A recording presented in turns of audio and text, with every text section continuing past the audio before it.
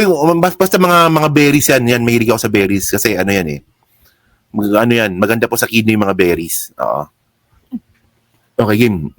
Last topic tayo mga kababayan, no? Pag-usapan nyo natin to, no? Saan na ba tayo? Ito.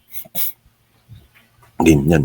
So, kamusta po mga kababayan, no? So, ako po si Takeru Miyamoto. At welcome po dito sa Birahan PH, no?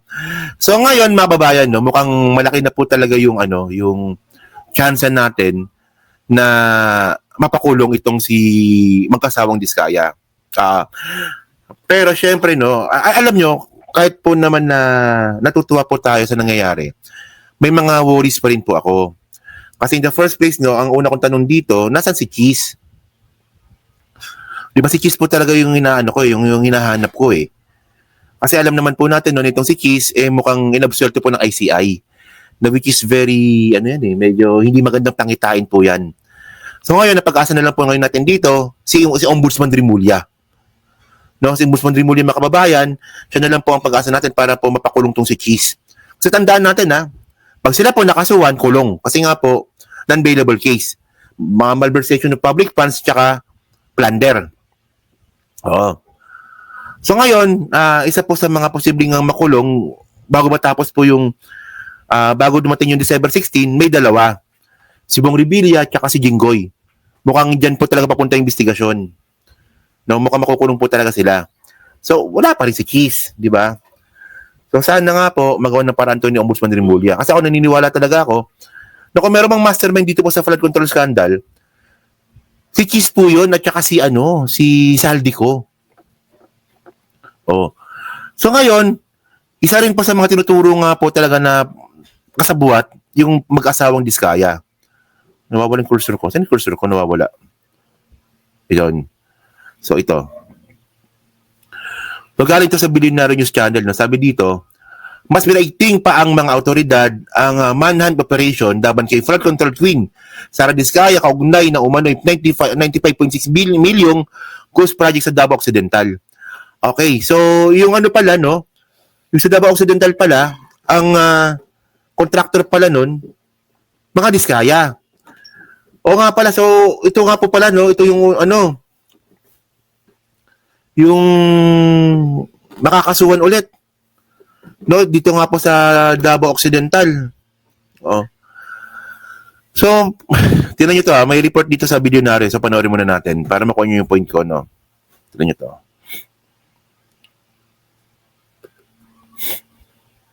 Pa ng mga otoridad ang manhunt operation laban sa tinuguriang flood control queen Sara Diskaya. Kaugnay yan sa umano'y 95.6 million peso ghost project sa Davao Occidental. Narito ang Agenda Weekend Report ni Charmaine Abong ng Abante.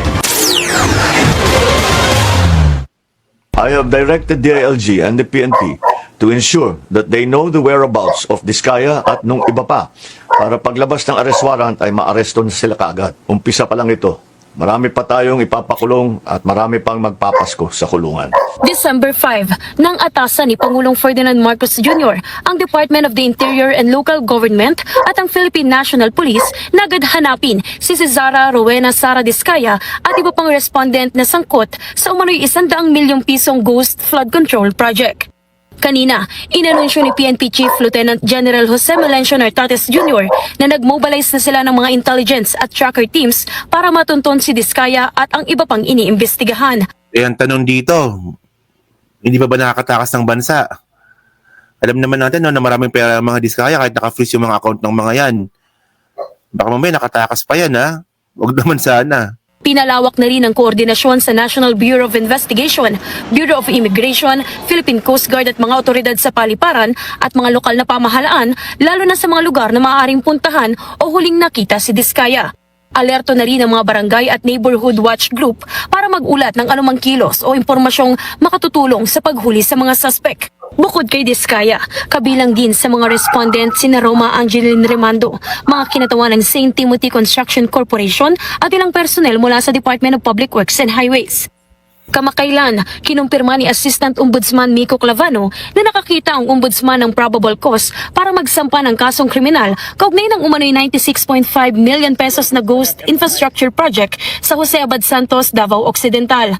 Ang proyekto, isang concrete revetment o retaining wall, ay iginawad sa St. Timothy Construction noong Enero ng 2022. Naitala itong completed noong Oktubre ng parehong taon pero lumabas sa investigasyon na walang infrastructure ang nakita So 2022 mga kababayan, panahon ni Digong. Panahon ni Digong. So paano to ipagtatanggol ng mga DDS? Na sinasabi ninyo na na malinis ang pamumuno ni Digong. Kasi natapos daw noong 2022, sabihin nun, nangyari yung budget 2021. Di ba? Ganun yun eh. Nagkaroon ng GM, so nagkaroon ng insertion 2021. Di ba? sa naturang lugar. Tiniyak ng mga otoridad na tuloy-tuloy ang operasyon hanggang matagpuan at maisampa sa korte ang lahat ng sangkot. Ang mag-asawang Sara at Curly Diskaya ay una ng tinaguri ang flood control royalty matapos matuklasang hindi bababa sa siyam ang kanilang construction firms at naging mainit sa mata ng publiko ang lavish lifestyles ng mga ito.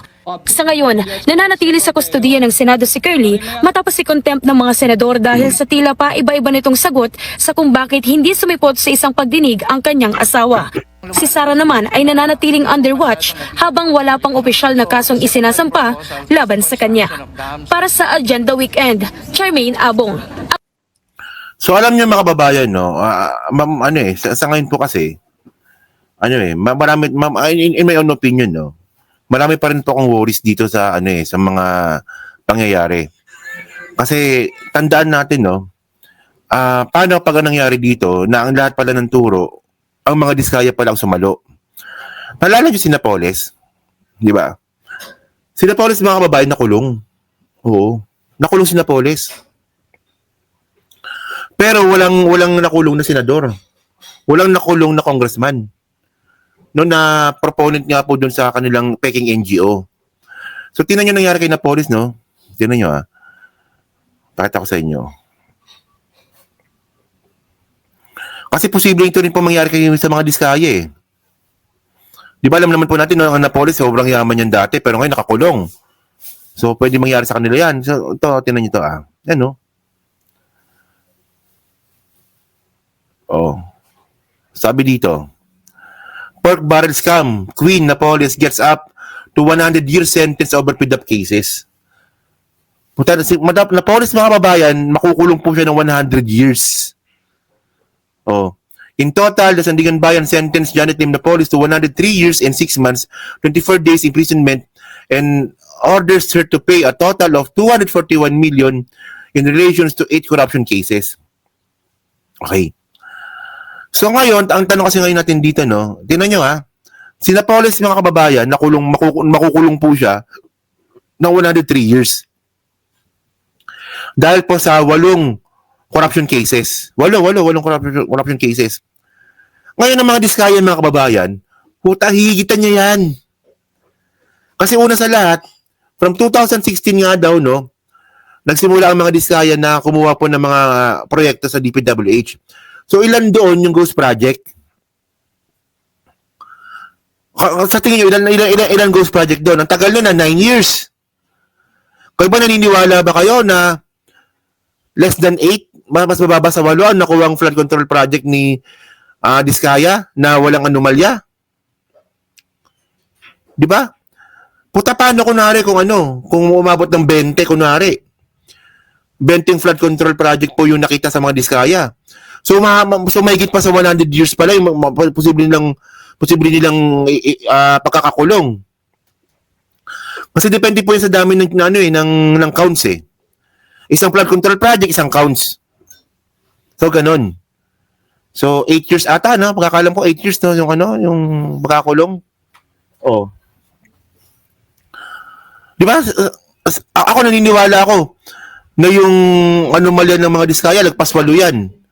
Lalagpasan niyo yung mga Napoles.